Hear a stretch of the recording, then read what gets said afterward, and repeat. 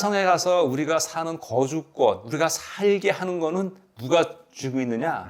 좀 이상하게 들릴지 모르지만 미생물 손해가 달렸다. 미생물 손해가 달렸다. 왜? 안녕하세요, 김웅빈입니다. 안녕하세요. 게스트 안될과학 약입니다. 오늘 어떤 이야기 들려주시죠? 오늘 제 양님을 부른 이유는 화성하면 뭐가 떠올라요? 저는 화성하면 붉은색 그리고 일론 머스크 떠오릅니다. 뭐 춥다거나 그런 생각은 전혀 안 듭니다. 혹시 화성 침공 같은 영화는? 안 떠오르고 저희는 그 마션이라고 마션. 감자 생각나죠. 감자 생각. 그럼 나 오늘 망했네. 왜요? 왜냐하면 오늘 내가 모신 이유는 이 화성하면은 우리는 화성 침공, 화성에는 아주 싸나운 공격적인 화성이 살고 있다. 그러려고 했는데 마션을 얘기하니까 마션은 잔잔한 영화인데 잔잔하죠. 내가 하고 싶은 얘기는 영화 마션에서 마션은 그 지구인이 마션인데 원래 마션은 화성의 공격적인 그런 우주인들, 외계인을 타는 거거든요. 아, 지구 출신이 화성에 정착한 게 아니라? 아니고 거기 원래 아주 싸나운 우주인이 있다. 그게 마션이에요. 근데 그럼 왜 화성에는 그렇게 싸나운 우주인이 사느냐라는 이유가 이제 출발이 이렇게 되는 거예요.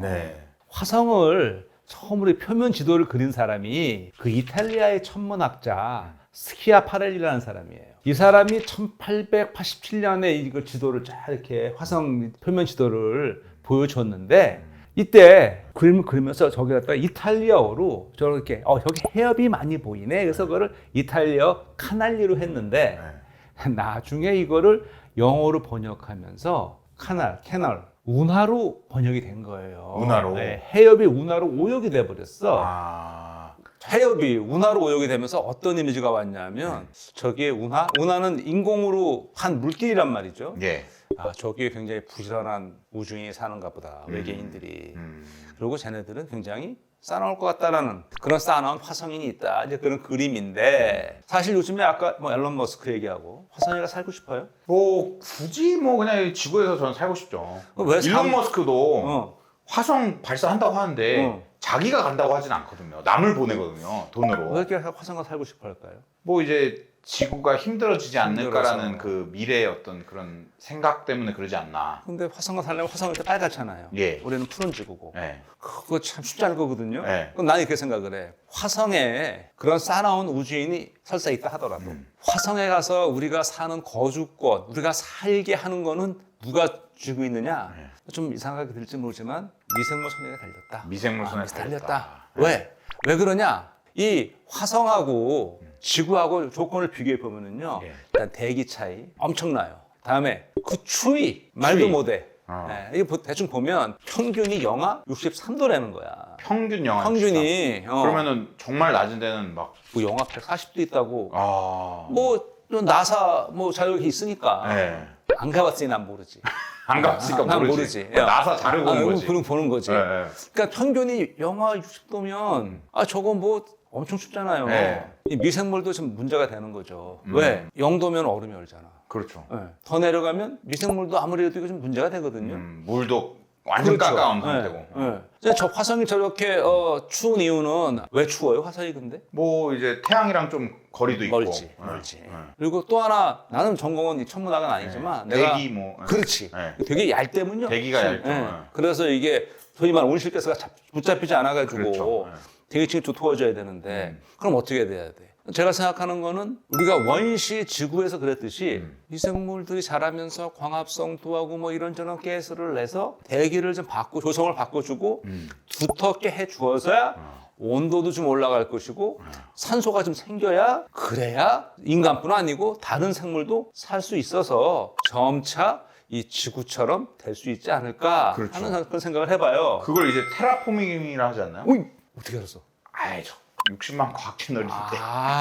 테라포밍을 하려면 이거예요. 한번 보죠, 시나리오를. 지구가 어떻게 좀 이런 행성이 됐을까? 이렇게 다양한 생물이 살 수 있을까?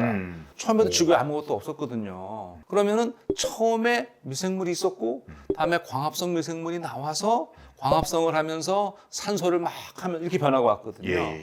그렇다면 관건은 화성 가서 살만한 그런 광합성 미생물이 있느냐? 일단 그 추운데 살 수 있는 미생물이 있느냐? 그러면 지구에서 찾아보자. 화성만큼 추운데 어디 있을까? 지구가 제일 추운데 어디에? 뭐 남극, 북극? 그렇지. 남북극. 남극에 데스밸리라는 데가 있어요. 데스밸리. 이름이 무섭다 일단. 크기는 서울의 5배 된대요. 오, 엄청 커요. 엄청 크네. 사실 남극은 엄밀히 말하면 저기 거의 사막이에요. 추운 사막. 특히 데스밸리는 지난 200만 년 동안 비가 안 왔대요. 너무 추우니까. 그리고 가끔 뿌리는 눈발도 그냥 흩어져 버려. 그렇지, 눈발로 뿌리겠네. 그렇지. 흩어져. 바람이 많이 불어서. 그러니까 기온은 영하 80도에서 추울 때 여름이 되면 영상 15도도 올라간대요. 영상 15도까지요? 네. 와, 남극 많이 올라가네. 많이 올라가죠. 네. 가장 그래도 지구에서 화성과 비슷한 환경을 꼽는 게 바로 저 남극의 데스밸리예요. 저기서 돌틈 사이사이에서 광합성 세균이 발견된 게 있어요. 와. 그 이름이 크로키코디옵시스. 잘 어떻게 한다고요? 크로코키디옵시스. 크로코키디옵시스. 이런 광합성 세균이 있어요. 네.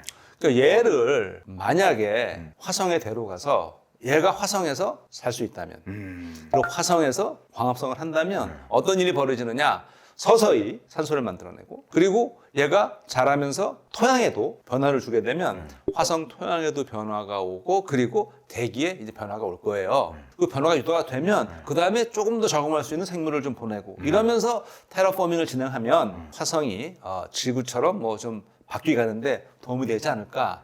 저는 개인적으로는 이런 생각을 해요. 화성을 지구하고도 중요하지만 우리가 살고 있는 지구를 버리지 말고 더 좋은 곳으로 만들고 그리고 화성도 테라포밍을 해보고 꼭 지구를 떠날 생각을 하지 말고 지구에 살면서 화성을 해보고 우리의 하나의 제2의 뭐 휴양지 세컨하우스 네, 세컨하우스 뭐 이제 그 정도로 했으면 합니다.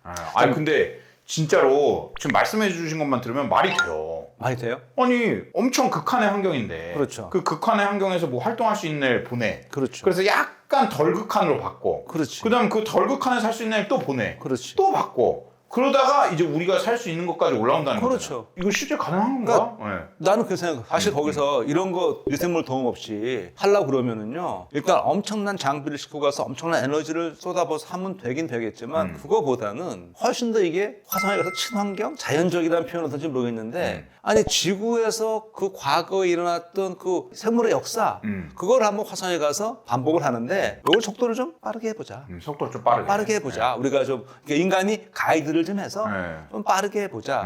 그러면은 그게 또 경제적인 건 말할 것도 없고 훨씬 더 자연적 테라포밍이 자연적인 건 아니지만 그래도 그렇지 않을까. 그러니까 인간이 혼자 다 하려하지 말고 미생물 친구들의 도움을 좀 받자. 그런 생각을 해보는 거죠. 이게 진짜 테라포밍 하려면 미생물 엄청 많이 싣고 가야겠네. 그 영화 마션에서처럼 뭐 기본적인 캠프를 한 다음에 가서 배양을 좀 해서 키운 다음에 실제로 하면은 뭐 제 개인적인 생각으로는 이거는 충분히 실현 가능하지 않을까.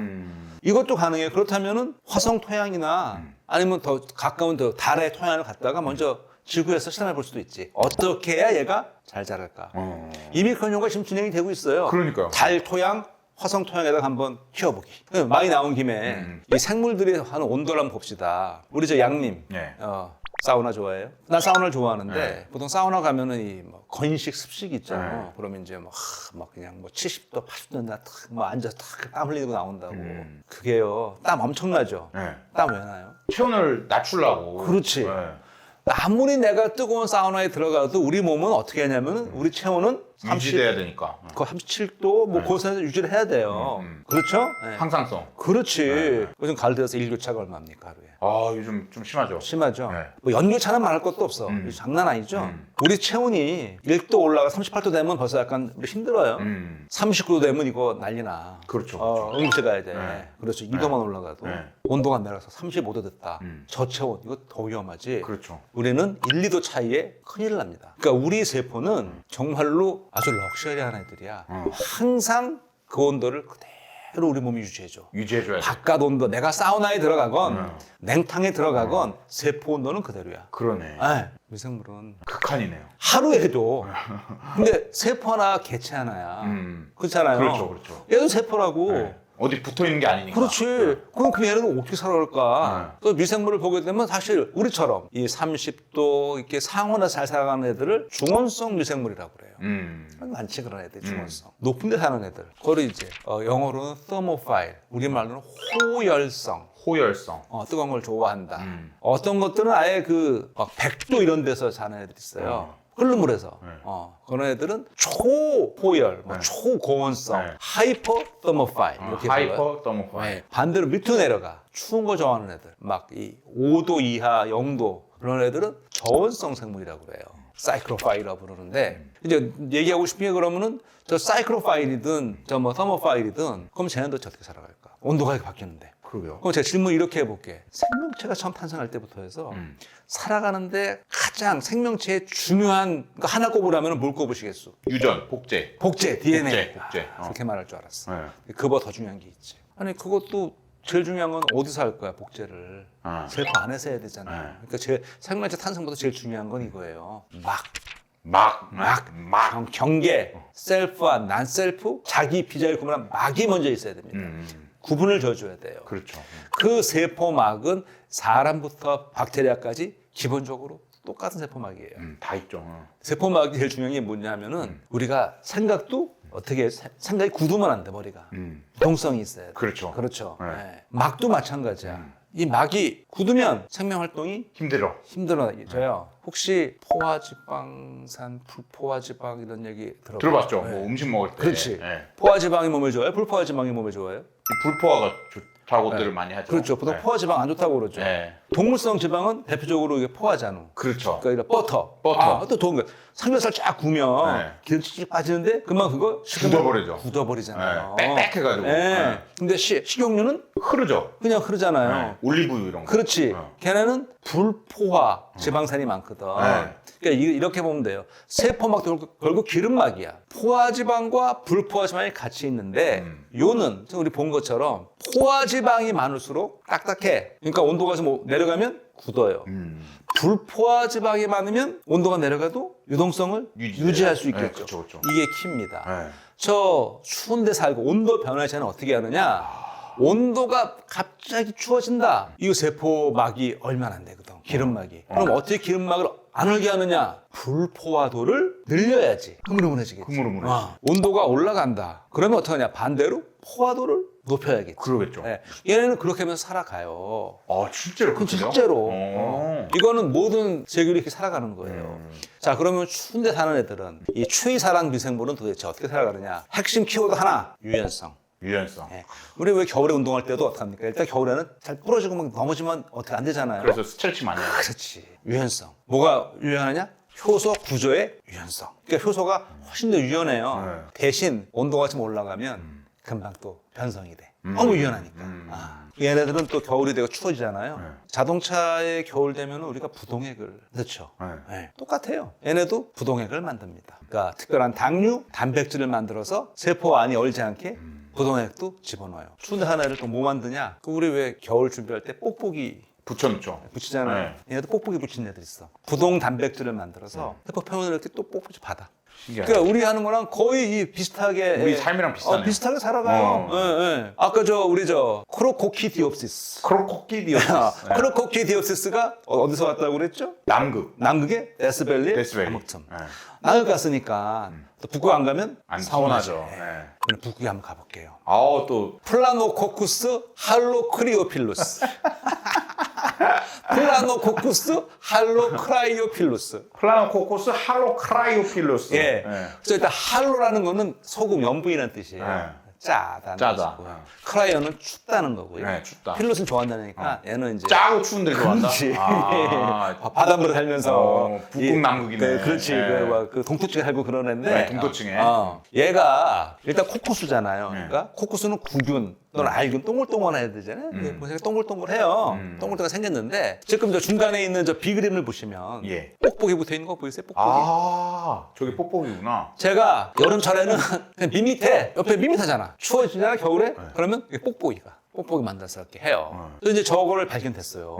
내가 근데 끝판왕이야. 추위에. 왜냐하면 키워보니까 어디서 자라냐면 영하 25도까지 활동을 해요. 아니 그 영하 25도 얼었잖아요. 그러니까 그 얼음 속이 완전 얼음 속인데 저렇게 있다는 거죠. 근데 이제 반전은 뭐냐면 이렇게 25도가 이렇게 죽지 않고 버텨? 그런데 요는 뭐냐면 얘를 이렇게 키워봤더니 정말 얘가 제일 잘 자라는 온도는 상온에서 잘 자라. 그러니까요. 아까도 보니까 상온에서 잘 자라. 그러니까 무슨 얘기냐니까 얘가 추위를 그럼 정말 좋아하는 애가 맞나? 견디기는 하는데 그렇지. 좋아하는 건가? 추위를 좋아한다기보다는요. 얘는 이런 거예요. 특히 북극이라는 곳은 백야. 백야 뭔지 아시죠? 예, 네. 밤인데 밝은. 그렇지. 그냥 거의 환한 거. 다음에 반대의 극야. 낮인데도 그냥. 그게 이제 공존하는 곳이거든요. 예. 그러니까 온도는 말할 것도 없고 엄청나게 스펙트럼이 넓은 곳이에요. 제가 거기에 살게 된 거죠. 거기에 처한 거예요, 환경에. 어떻게? 살아야 되니까 온도가 내려갈 때도 버팀스. 온도가 올라가면 성장스. 성장스. 좋아. 성장스. 그러니까 처음에 분리했을 때는 얘가 이렇게 추운데 사네? 얘가 추위를 좋아하네? 그런 줄 알았는데 딱 해보니까 얘가 추위를 좋아한다 하는 어떤 추위 사랑 미생물이라기보다는 얘는 어떤 거냐? 전천후 능력자가 아닐까. 그러네. 어떤 환경이 어려움이 와도 네. 살 수 있는. 네. 근데 제가 여기서 조금 울림을 받았어요. 영하 50도, 이 영하 25도 살다가 안 죽거나. 막 버텨. 여름에 버틴다. 되면 30도 막 올라오고 막 이런 데 살잖아. 제가. 네. 짠하잖아요. 짠하죠. 단세포인데. 네, 단세포인데. 그러다가 생각해보니까 어쩌면 지구상에는 모든 생명체는요, 우리 인간을 포함해서 정말 엄청난 존재들이에요. 왜냐하면 이 환경 변화라는 게 사실 이거 예측 불가능하고 자연이 이렇게 만만한 곳이 아니잖아요. 그쵸. 정말 치열한 곳이거든요. 이런 바뀌는 환경을 견뎌내고 적응해서 온 존재들이잖아요. 그렇구나. 요즘에 이제 우리 인생을 다들 살기 어렵다고 그러는데 특히 요즘 우리 MZ 세대들이 많이 힘들어한다고 그러는데 중요한 거는 나이를 먹으면서 점점 사람이 좀 연륜이 붙고 강해지고 그러잖아요. 내공이지. 근데 사람이 내공을 잘 쌓으려면 어떻게 되냐면 사고의 이 깊이와 유연성이 있어야 되는 거거든요. 또 유연성이라고. 그러니까 사람이 됨됨이가 되려면 그런 아픔도 겪을 수가 있고 그런 어려운 역경을 이겨내면서 강해지면서 이런 일 깊이 있게 하고 남을 이해할 수 있는 유연성을 이제 키워야 되는데 어떤 때는 너무나 또 초강력한 파가 힘든 일이 와서 혼자 버티기 어려울 수도 있어. 그 생각에 이럴 때는 이 모든 거를 아우를 수 있는 가장 강력한 부동액 바로 인간만이 할 수 있는 사랑의 힘이다. 사랑의 힘이다. 사랑의 힘이다. 인간에게 부동액과 단열재는 사랑이다. 사랑의 힘이다. 네. 저는 이렇게 제안하고 싶어요. 네. 이 영상을 보신 분들, 우리 서로 사랑의 열띤 경쟁을 펼쳐봅시다. 사랑하세요. 행복하세요. 사랑합니다. 행복합니다. 안녕. 고맙습니다.